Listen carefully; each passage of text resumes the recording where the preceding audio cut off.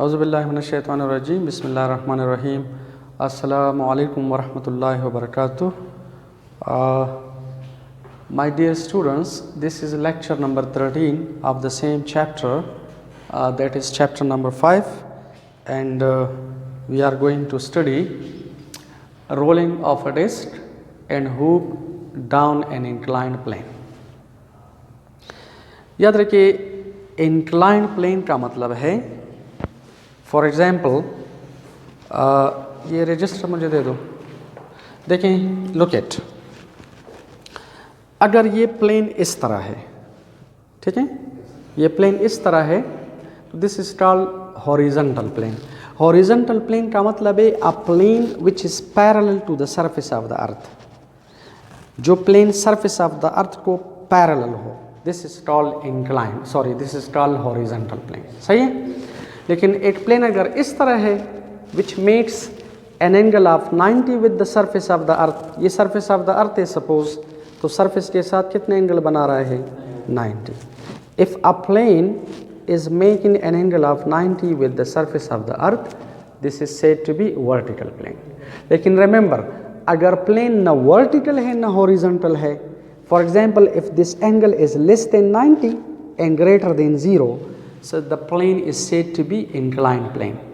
Inclined plane का मतलब है any plane which makes a particular angle theta with the surface of the earth, the angle should be, condition ये है, angle should be smaller than 90, greater than, अगर angle 90 से कम है और greater से 0 से greater है, so the plane is said to be inclined plane. तो ये inclined plane है, this is an incline plane, और ये एंगल ऑफ इंक्लिनेशन है, और this is a particular height. Rolling, देखिए इससे पहले लेक्चर में हमने स्टडी किया कि रोलिंग बॉडी उसे कहते हैं which possesses kinetic energy of translation as well as kinetic energy of rotation, that is said to be a rolling body या ऑब्जेक्ट। अब हमने क्या कंसिडर करना है, रोलिंग ऑफ अ डिस्क, मतलब motion of a disc and hoop down an inclined plane. Disc आपको पता है, मसलन CD disc, computer disc, disc में याद रखिए particles are uniformly distributed over, ठीक है, the disc uniformly, all the particles, all the message are uniformly distributed.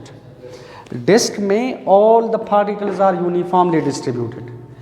लेकिन याद रखिए हुप में आप लोग देखिए ये सेंटर से खाली है, हुप या रिंग ये सेंटर से खाली है, जितने भी पार्टिकल्स हैं मेसेज है they are concentrated in the edges of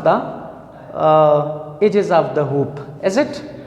तो याद रखिए, प्लीज रिमेंबर, अगर इस डिस्क और इस हुप का मेसेज अगर सेम है, रेडियाई भी सेम है, लेकिन रिमेंबर हुप का जो रेडियस ऑफ जायरेशन है वो इसके रेडियस ऑफ जायरेशन से ज्यादा है।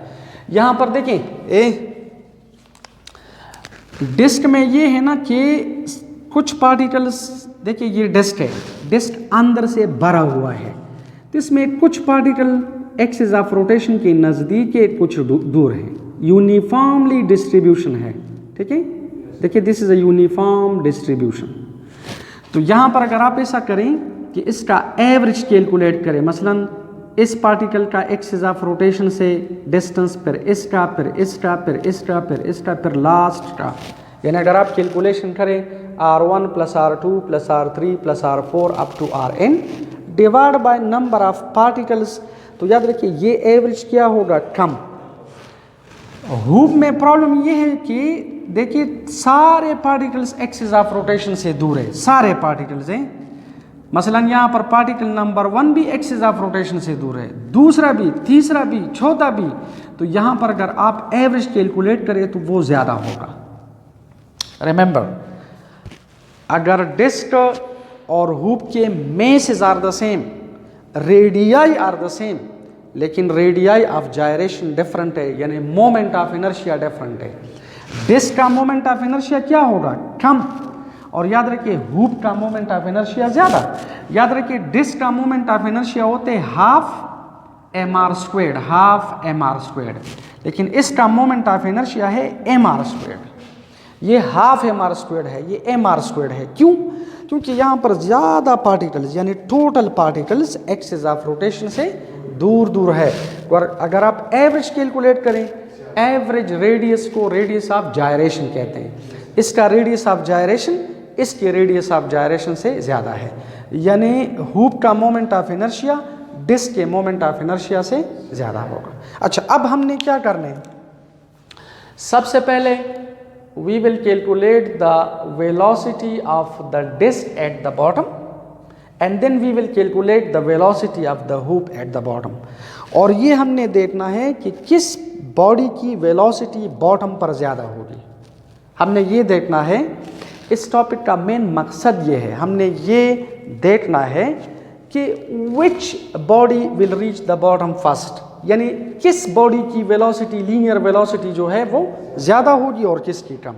तो याद रखिए, जिसकी लीनियर वेलोसिटी ज़्यादा है तो वो पहले रीच करेगा, जिसकी लीनियर वेलोसिटी कम है वो बाद में रीच करेगा। ठीक है, तो इस पर जो क्वेश्चंस आ जाते हैं वो मैं आपको बाद में बताऊंगा कि किस तरह का क्वेश्चन आ जाते हैं, लेकिन ये सब बस। अच्छा देखिए, पहले we are going to consider disc. तो आप लोग ये देखें, ये जो डिस्क है it is at a particular height h from the surface of the ground. तो आप देखिए, this disc has got a particular potential energy, लेकिन जब आप इसको रिलीज करें तो number one we consider this to be an ideal case, there is no frictional force. We are going to study rolling of disc and hoop without any friction। Friction हम consider नहीं करते, क्योंकि अगर आप friction भी consider करें तो फिर याद रखिए ये थोड़ा सा कॉम्प्लिकेटेड हो जाता है। तो आपके बुक में this has been discussed without any friction, so we consider an ideal case.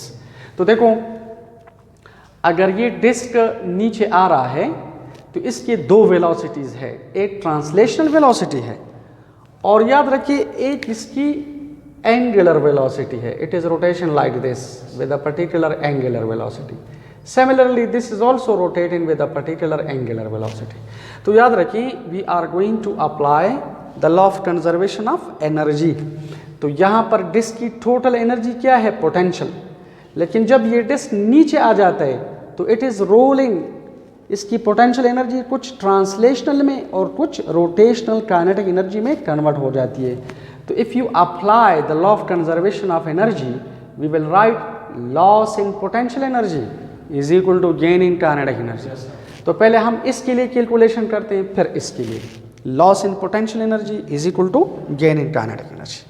तो देखो, the loss in potential energy, देखिए लॉस इन पोटेंशियल एनर्जी तो we can say mgh is equal to gain in kinetic energy.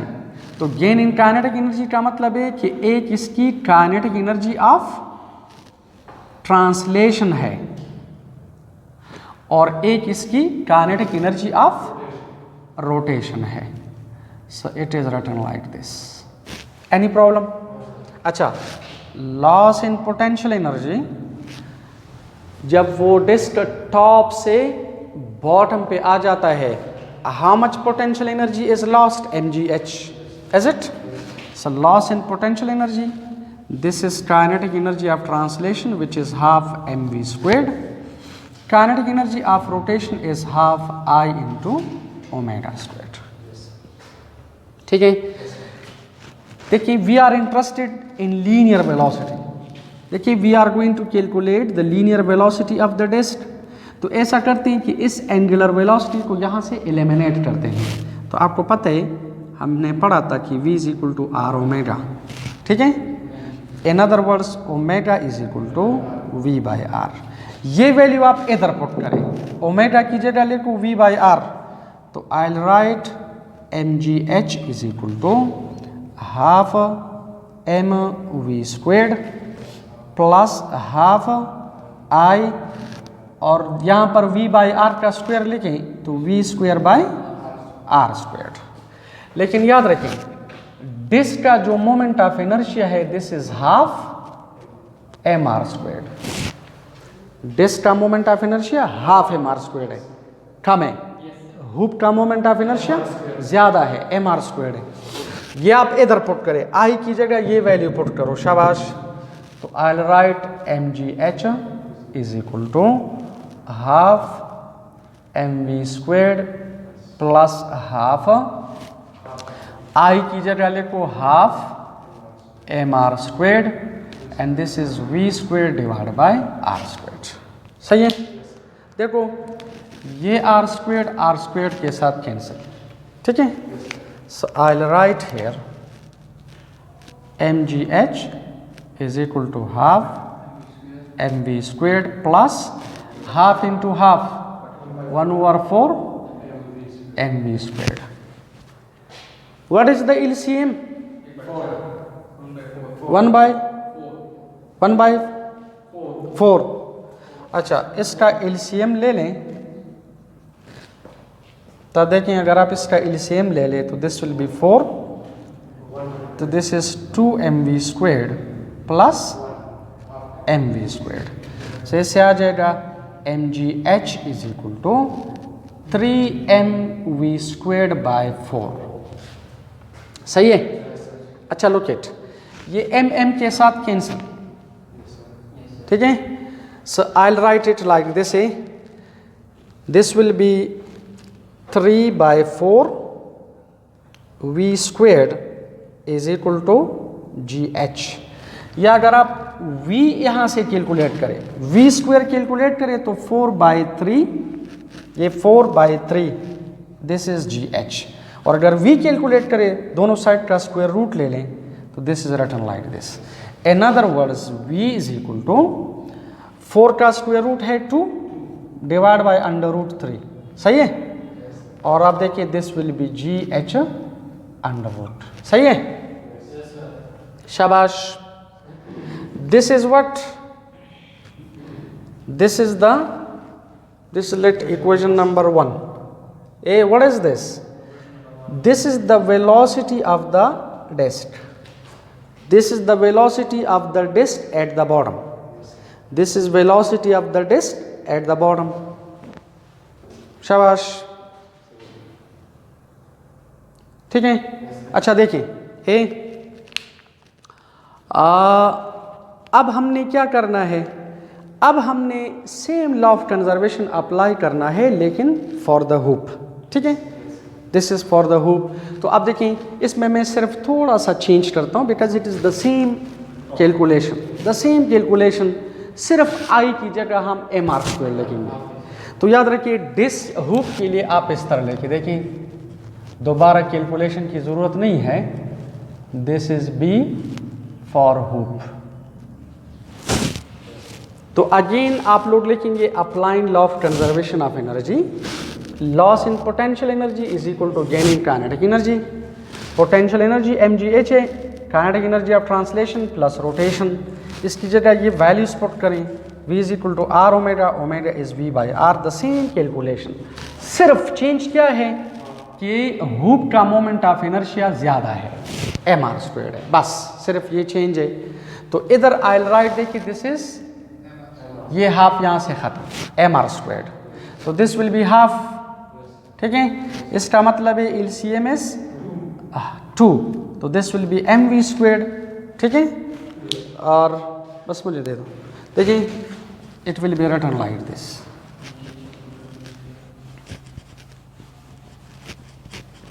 Look at mv² plus mv², 2mv², तो mgh is equal to 2mv² divide by 2। ये 2 के साथ cancel, mm के साथ cancel, ठीक है। तो यहाँ से I will write v² is equal to gh, ठीक है। ये साफ करो।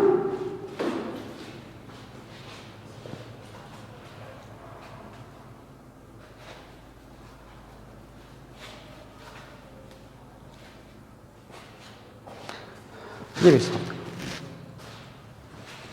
देखिए v² is equal to gh, what will be v?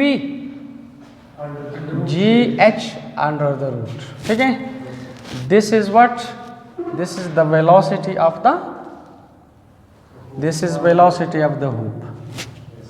अब हमने कंपैरिजन करना है, हमने ये देखना है कि डिस्क की वेलोसिटी ज़्यादा है और या हूप की वेलोसिटी, डिस्क की वेलोसिटी ज़्यादा है या हूप की वेलोसिटी। तो कहाँ से पता चलेगा? कंपैरिजन से। और कंपैरिजन का क्या मतलब है कि एक को दूसरे से डिवाइड करेंगे, कंपेयर करें, डिवाइड करें तो पता चल जाएगा।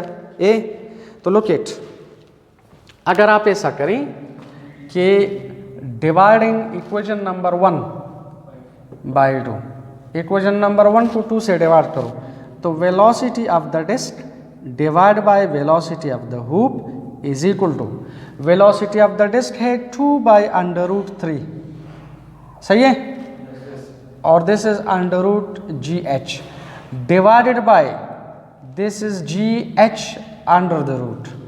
तो ये अगर आप इस तरह लिखें, velocity of the disc divided by velocity of the hoop is equal to, ये मैं लिखूंगा 2 बाई अंडर रूट 3 और दिस इज जी एच, और ये डिवाइडेड बाय मल्टीप्लाई करो तो ये उल्टा हो जाएगा, this will be G H under the root, सही है। These two are gone, these are cancelled out. तो अब आप देखिए हमारे पास वी डी आ जाएगा, V H, V D by V H is equal to 2 by under root 3। This is the ratio between the two velocities. और याद रखिए यहाँ से हमने डिसाइड करना है कि कौन सी वेलोसिटी ज़्यादा है। अब आप मुझे ये बताएं, 2 ज़्यादा है कि अंडर रूट 3 ज़्यादा है? 2 ज़्यादा है ना? श्योर 2 ज़्यादा है। Under root 3 is 1 point something, under root 3 कम है। तो आप देखिए ये रेशो है, अगर ये इससे ज़्यादा है तो ये भी इससे ज़्यादा होगा। So we know that 2 is greater than under root 3। अगर 2 अंडर रूट 3 से ज़्यादा है तो velocity of the disk must be greater than velocity of the hoop, सही है। And remember this is an examination question, देखिए this is an examination question.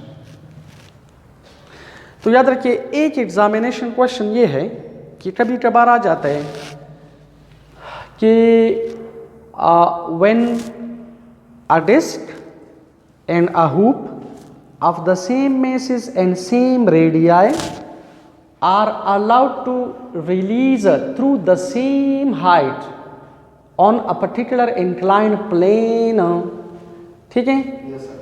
तो कहते हैं कि show that velocity of the disk is greater than velocity of the hoop। अगर आ जाए कि show that velocity of the disk is greater than velocity of the hoop, तो you will have to do like this। अच्छा, दूसरा question, अगर velocity of the disc velocity of hoop से ज्यादा है, क्लियर, तो इसका मतलब है कौन पहले रीच करेगा? डिस्क। तो कभी कभार इस तरह जाते हैं कि if a disc and hoop of the same masses and radii are released through the same inclined plane, ठीक है, which one will reach the bottom first, which one will reach the bottom first। तो याद रखिए फिर भी आपने इसे यहाँ तक कैलकुलेट करना है। जब आप यहाँ तक कैलकुलेट करें तो देखिए एग्जामिनर को ये पता चल जाएगा कि V sub D is greater than V sub H। देखिए velocity of the disc velocity of hoop से ज़्यादा है तो who will reach the bottom first? Disc. तो याद रखिए the disc will reach the bottom first. Y?